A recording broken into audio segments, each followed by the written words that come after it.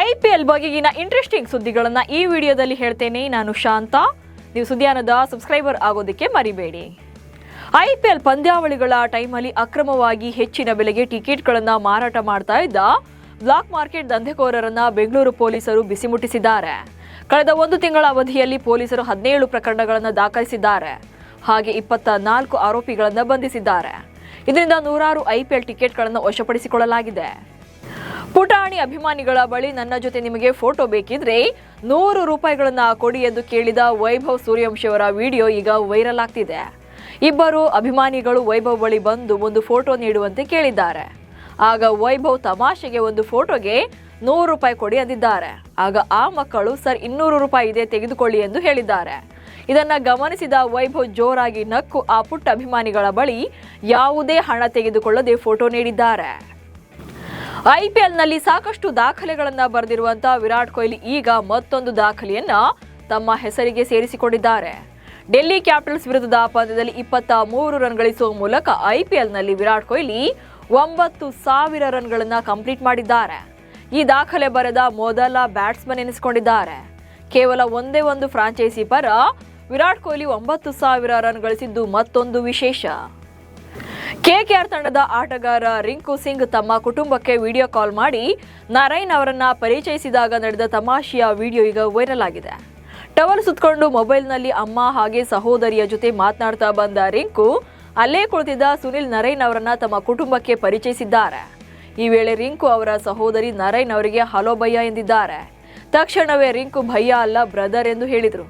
ಆಗ ಎಲ್ಲರೂ ಜೋರಾಗಿ ನಗಾಡಿದ್ದಾರೆ. IPL 2026ರಲ್ಲಿ ಡೆಲ್ಲಿ ಕ್ಯಾಪಿಟಲ್ಸ್ ಕಳೆದ 48 ಗಂಟೆಗಳಲ್ಲಿ 2 ಅವಮಾನಕರ ಸೋಲನ್ನ ಕಂಡಿದೆ. ಶನಿವಾರ ಪಂಜಾಬ್ ವಿರುದ್ಧದ ಪಂದ್ಯದಲ್ಲಿ 264 ರನ್ಗಳ ಟಾರ್ಗೆಟ್ ನೀಡಿದ್ರೂ ಕೂಡ DC ಸೋಲ್ಬೇಕಾಯಿತು. ಇನ್ನು ಈ ಪಂದ್ಯ ಒಂದೇ ದಿನದ ಗ್ಯಾಪ್ನಲ್ಲಿ ಅಂದರೆ ನಿನ್ನೆ RCB ವಿರುದ್ಧ ಕೇವಲ 75 ರನ್ಗಳ ಟಾರ್ಗೆಟ್ ನೀಡಿ ಸೋತಿದೆ.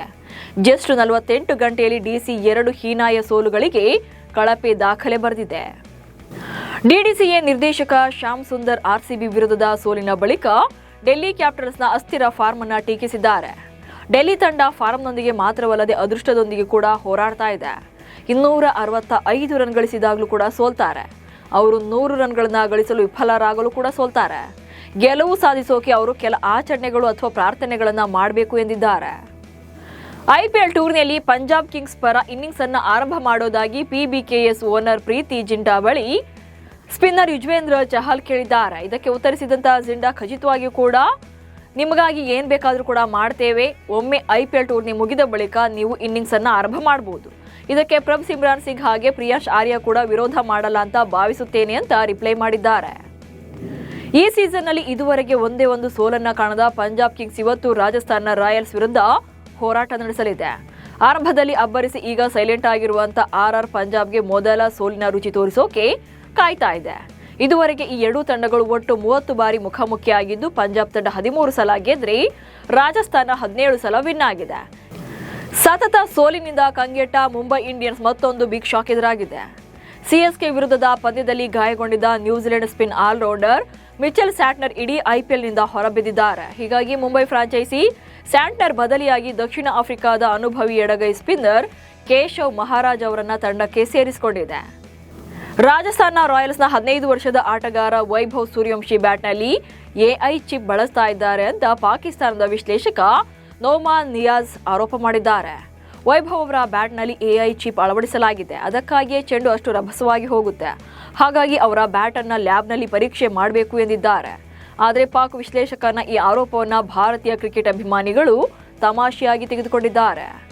ಇವೆಷ್ಟು ಇವತ್ತಿನ IPL ಬಗೆಗಿನ ಸುದ್ದಿಗಳು. ನಮಸ್ಕಾರ.